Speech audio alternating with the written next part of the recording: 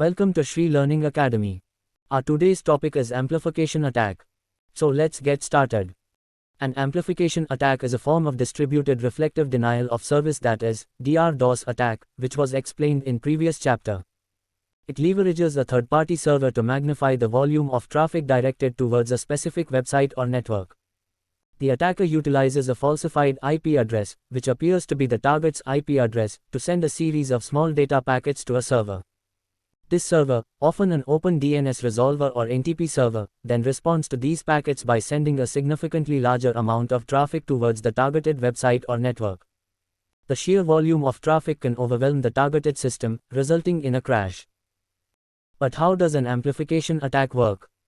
To better understand the working of amplification attack, let's take a closer look at the steps involved in the attack. Step 1. The attacker sends a small number of requests to an open DNS resolver or NTP server, using a spoofed IP address that appears to be the target's IP address. Step 2. The server responds to the requests by sending a much larger amount of traffic to the target's IP address, which overwhelms the target's network and causes it to crash. Step 3. The attacker repeats the process, sending more requests to the server and increasing the amount of traffic sent to the target. Step 4. The targeted website or network becomes inaccessible to users, which can lead to a loss of revenue or other negative consequences. Security measures. Now that we know what an amplification attack is, and how it works, let's take a look at some ways to protect yourself from such attacks. Use a firewall. Using a firewall is one of the most effective ways to protect against an amplification attack. You can do that by following these 2 steps. Identify the servers used in amplification attacks. In order to protect against an amplification attack, you first need to identify the servers that are commonly used in these attacks. You can do this by analyzing network traffic and looking for patterns of traffic that are commonly associated with amplification attacks. Once you have identified these servers, you can add them to your firewall's blacklist. Configure your firewall to block traffic from blacklisted servers. Once you have identified the servers used in amplification attacks, you need to configure your firewall to block traffic from these servers. You can do this by creating a rule in your firewall that blocks traffic from any IP addresses on the blacklist. Disable open resolvers. Open resolvers are DNS servers that allow anyone on the internet to query them.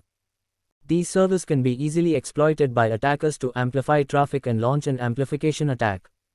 It is important to ensure that your DNS server is not an open resolver, and instead, it should be configured to only respond to queries from authorized users. By disabling open resolvers, you can prevent attackers from exploiting your DNS server to launch an amplification attack.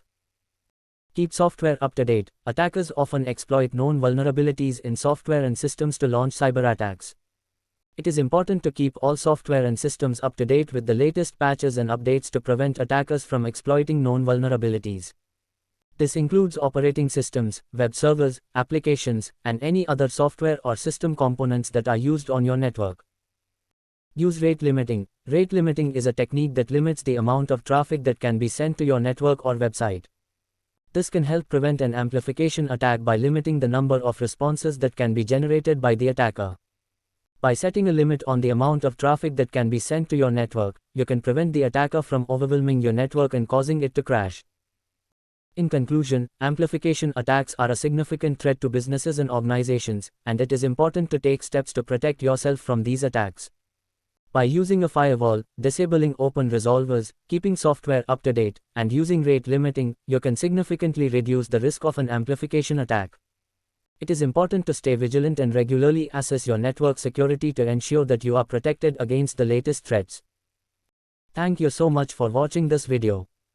Do check out the written explanation on our website and don't forget to take this quiz based on this video. The links are in the description box below. Subscribe to our channel to watch more interesting videos. If you have any doubts, do let us know in the comment section and we will try our best to solve them for you.